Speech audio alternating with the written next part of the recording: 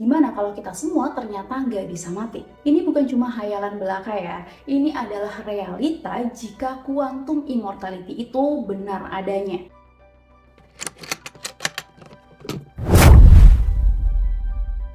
Halo pejuang hidup, welcome kalau kalian baru nemu channel ini dan welcome back kalau kalian udah pernah mampir ke channel ini. Stop, jangan dulu subscribe channel ini ya, karena di akhir konten aku baru akan minta kalian untuk subscribe. Oke, langsung aja. In this video, we're gonna talk about keabadian dari sudut pandang quantum immortality. Pernah nggak kita merasa sering kali selamat dari bencana atau misalnya kejadian yang membuat orang lain itu meninggal? Kita seringkali bersyukur karena mendapat keajaiban selamat dari kondisi kritis. Tapi, pernah nggak sih kita bertanya-tanya nih, kenapa ya kok diri kita ini seringkali selamat padahal yang lain enggak? Apakah itu hanya keajaiban atau kesadaran kita memang nggak pernah mati? Dia hanya berpindah dari satu realitas ke realitas lainnya. Nah, hal inilah yang coba dijelaskan oleh konsep quantum immortality, bahwa selalu ada versi diri kita yang mengalahkan maut.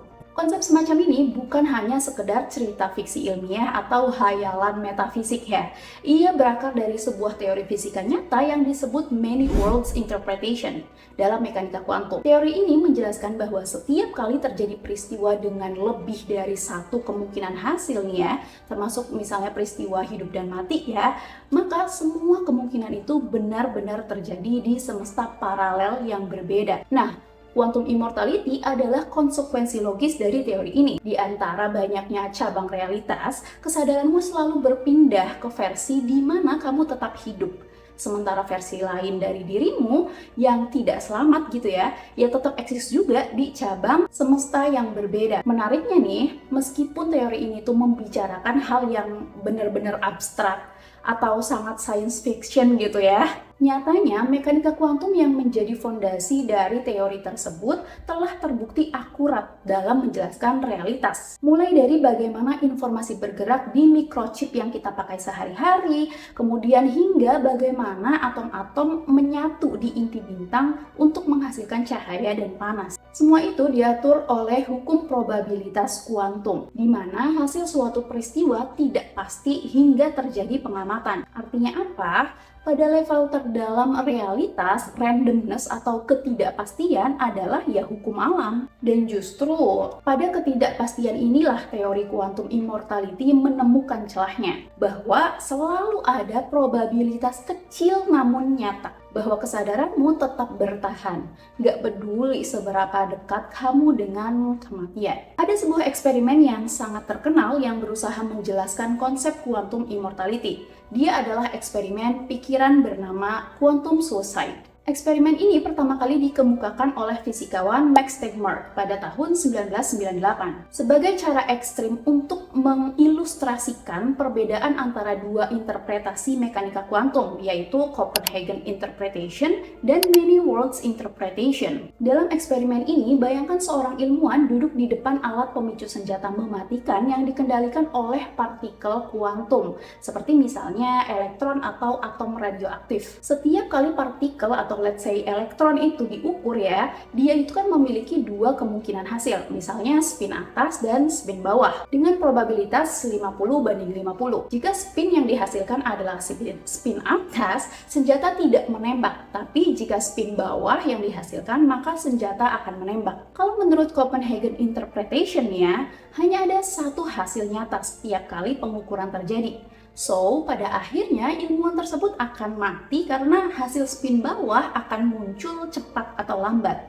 Namun, menurut Many Worlds Interpretation, kedua hasil terjadi di cabang realitas yang berbeda. Jadi dua-duanya ya terjadi secara bersamaan gitu. Di satu dunia, ilmuwan itu mati, tapi di dunia lainnya ia tetap hidup. Nah, kalau misalnya dari sudut pandang ilmuwan itu sendiri ya, dia itu hanya mengalami dunia di mana dia tetap hidup. Karena ilmuwan tersebut tidak memiliki kesadaran di dunia di mana dia mati gitu ya. Inilah inti dari quantum immortality. Dalam eksperimen semacam ini, ilmuwan tersebut itu akan selalu sadar di realitas di mana dia selamat. Seolah-olah dia selalu beruntung dan tidak pernah bisa mati gitu loh. Secara ilmiah, eksperimen ini itu tidak mungkin dilakukan ya secara nyata gitu, karena ya jelas melibatkan resiko kematian. Selain itu juga many worlds interpretation memang nggak bisa diuji secara langsung, karena semua cabang alam semesta tidak saling berinteraksi, sehingga ilmuwan pun nggak bisa nih mengakses atau memverifikasinya ya. Namun, meskipun begitu ya, quantum suicide tetap menjadi eksperimen pikiran yang sangat penting dalam kajian filsafat kuantum. Karena ia mendorong kita bertanya, apakah kesadaran itu berjalan terus-menerus di jalur keberlangsungan hidup, dan apakah hukum probabilitas memungkinkan adanya versi kita yang selalu mengalahkan maut dalam semesta tak terbatas ini. Kalau menurut kamu sendiri, gimana pejuang hidup? Apakah kehidupan abadi yang digambarkan dalam konsep quantum immortality itu masuk akal? Coba komen di bawah ya pemikiran kamu. Anyway, ada satu kondisi atau kejadian yang mungkin beberapa dari kita itu pernah tahu ya, dan ini tuh merupakan bukti pendukung dari para penganut konsep quantum immortality, yaitu NDA atau Near Death Experience, atau mati suri lah ya kalau misalnya kata kita mah gitu. Fenomena NDE atau mati suri ini ya seringkali dilaporkan oleh orang-orang yang pernah mengalami kondisi kritis seperti kayak serangan jantung, kemudian kecelakaan atau pembedahan besar, di mana mereka secara klinis dinyatakan mati sesaat sebelum kemudian hidup kembali. Pengalaman mereka sangat beragam sekali ya, tapi beberapa pola umum itu sering muncul, seperti merasa keluar dari tubuh, melihat cahaya terang, merasakan kedamaian gitu ya, atau bahkan menyaksikan peristiwa di sekitar tubuhnya dengan sangat detail hingga membuat orang-orang yang sempat berada di sekelilingnya itu merasa sangat terkejut gitu loh. Yang menarik, laporan-laporan ini datang dari berbagai latar belakang, budaya dan juga agama, dan terkadang terjadi pada pasien yang secara klinis tidak menunjukkan aktivitas otak sama sekali, seperti yang dilaporkan dalam studi oleh Pim van Lommel 2001 yang diterbitkan dalam jurnal The Lancet. Penelitian ini menunjukkan bahwa sekitar 18% pasien mengalami serangan jantung dan berhasil diselamatkan, mengaku mengalami NDE, meskipun fungsi otak secara teoritis itu telah berhenti. Lalu apa hubungannya ini dengan quantum immortality ya? Nah, para pendukung quantum immortality itu melihat NDE bukan sebagai bukti kehidupan setelah mati dalam konteks spiritual ya, tapi sebagai kemungkinan bahwa kesadaran seseorang melompat ke realitas paralel di mana ia tidak mati. Dalam kerangka many worlds interpretation dari mekanika kuantum, setiap peristiwa yang memiliki probabilitas sekecil apapun itu akan menghasilkan percabangan realitas gitu ya. Jadi ketika seseorang itu hampir mati, bisa saja nih di satu cabang realitas dia meninggal, tetapi di cabang dunia lain ia itu tetap hidup. Kesadarannya dalam konteks quantum immortality selalu mengikuti cabang di mana dia bertahan hidup.